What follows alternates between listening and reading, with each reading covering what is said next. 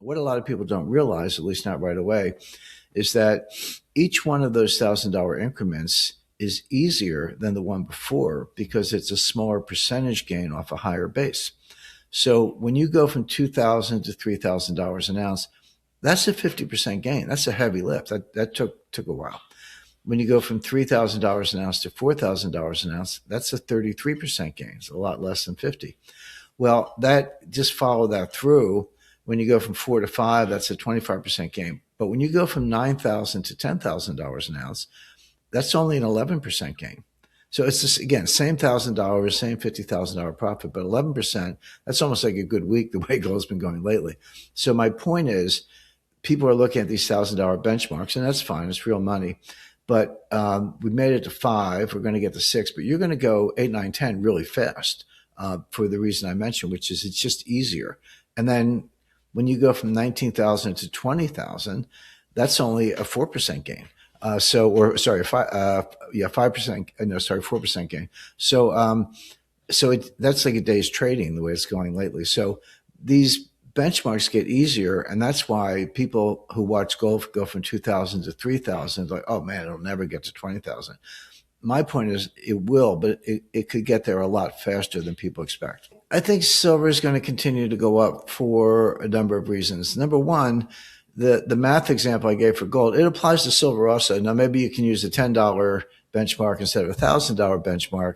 But again, going from 90 to 100 is 11% versus going from 40 to 50, which is 25%. So those $10 benchmarks, 110, 120, 130, they just get easier. And so I've got silver going to 200 without too much difficulty, number one. Number two, silver's going to tag along with gold. There's no way gold's going to the levels I expect where silver's not along for the ride.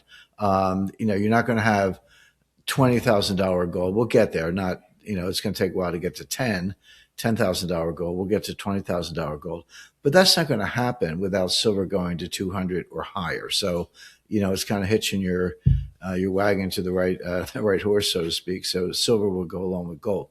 But there are other dynamics that I think are unique to silver, or at least they don't apply as much to gold. One of them is that silver is a major technological industrial input. Gold is not. Gold's actually not good for very much except money. It's probably the best form of money, but the industrial applications of gold, they're extremely limited, very, very specialized. I visited a number of the biggest refiners in the world, and I talked to people about this. I once asked a guy, he was the head of Argo Horaeus, one of the biggest refiners in the world. Could he make 5 nines?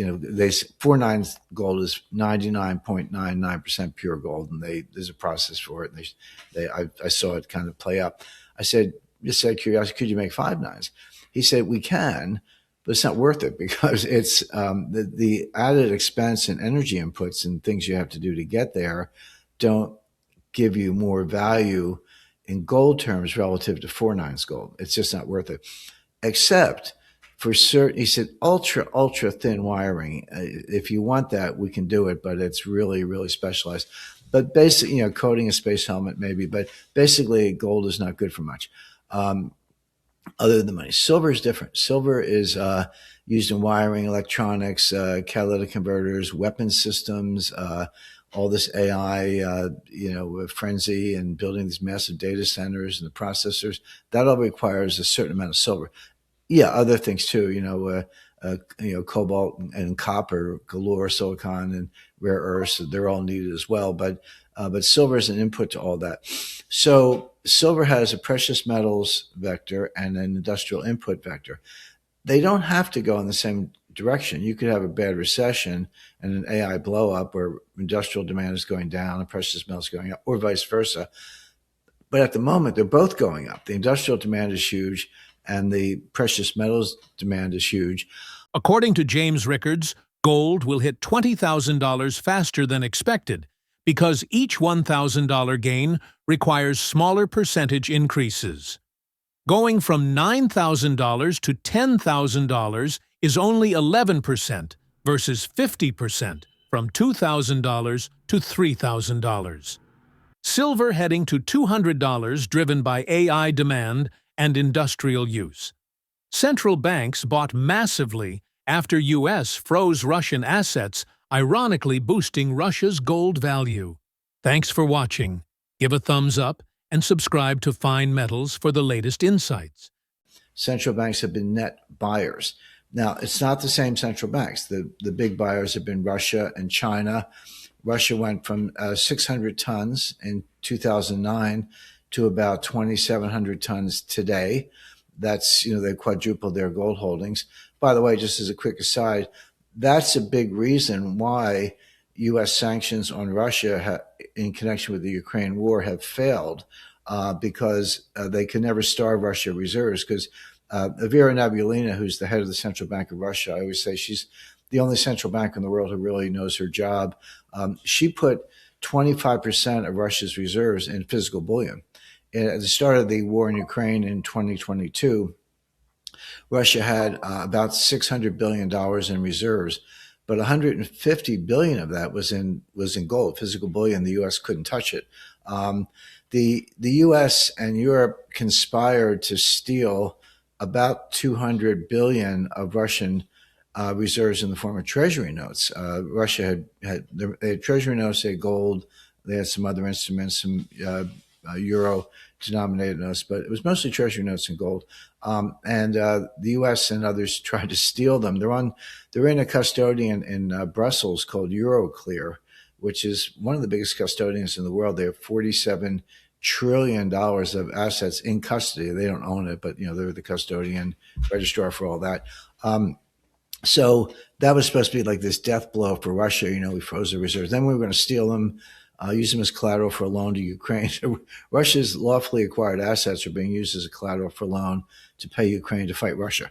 That's how crazy this whole thing was. It gets worse, but anyway, Russia's going to win the war. They'll eventually get those assets back. But my point is, why was that not a kind of a death blow to Russia's financial position? Well, a number of reasons, but part of it was because they had so much gold. Ironically, because of the effort to steal the Russian assets, central banks around the world, not just Russia, but others, started buying more gold, and it drove the price of gold up. So Russia has, do a quick estimate, has almost tripled the value of their gold reserves in dollar terms because of the run up in the price of gold, because the U.S. tried to steal the dollar assets of Russia in Euroclear.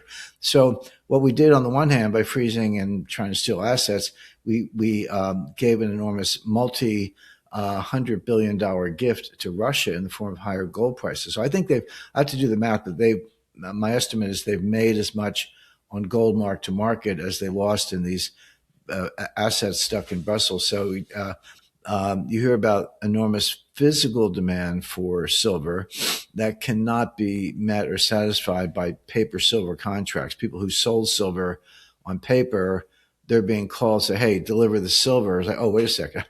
I thought we had a trade here. You want silver? Well, that's different. I got to go find it."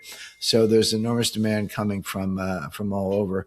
I've heard reports, I can't verify them, that China is hoarding silver. Why would they do that? Well, the answer is what we just discussed. They're trying to beat the U.S. in the AI race. So the open trading relationship between China and U.S. is pretty much off, at least in that sector. Maybe soybeans are moving, but not too much in the AI NVIDIA chip world. So China knows that if they're going to keep up with the U.S. in electric vehicles, where they're probably ahead, AI, they're not ahead, but they're trying to catch up. Military applications, same thing. They're going to need a lot of silver. And so they are hoarding it. They're just buying it like crazy and putting it away in inventory, basically, for future use. And then you do hear a lot. This is another one of those narratives that doesn't hold up to examination. You hear people say, well, the physical longs and silver futures, so COMEX or London Metals Exchange, are massively greater than the amount of silver in the warehouse, and they couldn't possibly meet that demand, and they're going to default. And my answer, at least with regard to COMEX, but the LME as well, read the rule book. I'm a geek, so I've actually read all the exchange rule books, all the major exchange rule books. And the first thing that jumps out of you when you read an exchange rule book, they have a rule that says they can change the rules. So it's like if markets, disorderly is a key word. If markets become disorderly, the Board of Governors can meet, they can issue orders and change the rules as they're understood on a day-to-day basis. So they have a defense mechanism. Number two, they say plainly, and it's on the websites, it's everywhere you look, we are not a source of supply. You should not look to futures exchanges as a source of supply. Now, you can take physical delivery. There is a process for that. There is silver in the warehouse for that reason, and it's really designed to keep the arbitrage between paper silver and physical silver in line, so it keeps everybody honest. But the idea that every long silver contract holder could put in notice and take delivery of silver, it's never going to happen. In November, the White House released the National Security Strategy. It's about 25 pages. It's written in plain English. I think they did a very good job. I like the strategy. I also like the writing. It's good writing. They avoided all the jargon that usually comes with those. It was very clear, and it made it clear that the U.S. is returning to the Monroe Doctrine. Not that we ever totally left. And we have the Trump corollary to the Monroe Doctrine. The Monroe Doctrine was issued by President Monroe in 1823. And that was at a time of revolution in South America. You had Simon Bolivar and Bernardo O'Higgins and some of the other great, San Martin, the great liberators of South America and all these revolutions. And Monroe was concerned that when you have revolution, you create a power vacuum. If you overthrow a colonial government, is your house salad, is your new government. It seemed in Monroe's mind that there was an opportunity for Europe to intervene and recolonialize parts of it. And he said, "No, Europe, keep out. South America is our backyard. We're watching it. Yeah, there's a little instability or revolutionary fervor in the air, but Europe, keep out. This is not an opportunity for you to come in and colonize the Western Hemisphere again. Don't even think about it." So that's the Monroe Doctrine. Come forward to, I believe, 1904. Could be off by a year, but I'm pretty sure it's 1904. You had the Roosevelt corollary to the Monroe Doctrine. And he said, not only does Europe have to keep out, but the United States reserves the right to intervene. It's our backyard. We can go in our backyard and clean up a mess. We've done it 100 times. I mean, Nicaragua, Dominican Republic, CIA sponsored a coup in Brazil in 1964, et cetera. So, Salvador Allende. There are numerous examples of covert and military intervention, occupation in South America, and Central America, all consistent with the Roosevelt corollary to the Monroe Doctrine. Now we have the Trump corollary, and Trump embraces the Monroe Doctrine and the Roosevelt corollary, but adds a new condition which says not only can we intervene, but we are not going to permit powers outside of South America to control or interdict the supply chain. So Chinese oil, forget it. Oil going to Cuba that's supported by Russia, forget it. Expropriation of U.S. assets, don't even think about it. And this is what the Nicolas Maduro capture was all about. Now, here's the thing. Fed independence is a joke. It doesn't exist. They pretend it does. And like I say, it's a Trump card. But in 1913, when the Federal Reserve Act was signed by President Wilson and the Fed was created, the Secretary of the Treasury was a member of the Board of Governors. The Secretary of the Treasury was on the Fed by statute. It wasn't like the president said, "Hey, Treasury Secretary, we want you on the board." By statute, it said the Treasury Secretary had to be on the Fed board. In other words, there was no separation between the executive branch and the Fed. The Federal Reserve was the central bank. It was owned by the banks, but it was serving a purpose. And the Treasury Secretary was on the board. They met. Fed meetings in the early days were in the Treasury building. That was just, tell me there's any separation. But there wasn't intended to be. The idea was the Treasury and the Fed would work together. Then come forward to period 1942 to 1951. Federal Reserve policy was explicitly subordinated to fiscal policy. President Roosevelt wanted low rates to fight World War II, and he got low rates. So basically the White House told the Fed, you keep, I think they kept the the 30-year bond around 3% or maybe a little bit lower, and the intermediate maturities were around 2.5%. But they kept interest rates low on White House orders to fight World War II. Then come forward to 1965, Lyndon Johnson physically assaulted the chairman of the Federal Reserve, William McChesney Martin. He invited him down. He grabbed him and shoved him up against a wall and said, because Martin had just raised interest rates, and Johnson didn't want that. Johnson wanted low rates because of the Great Society and the Vietnam War. And inflation was just starting to take off. That extreme inflation that we had in the late 1970s, that started in the 1960s, at a much lower rate, but 65, 66 was when, people started saying, hey, what's up with inflation?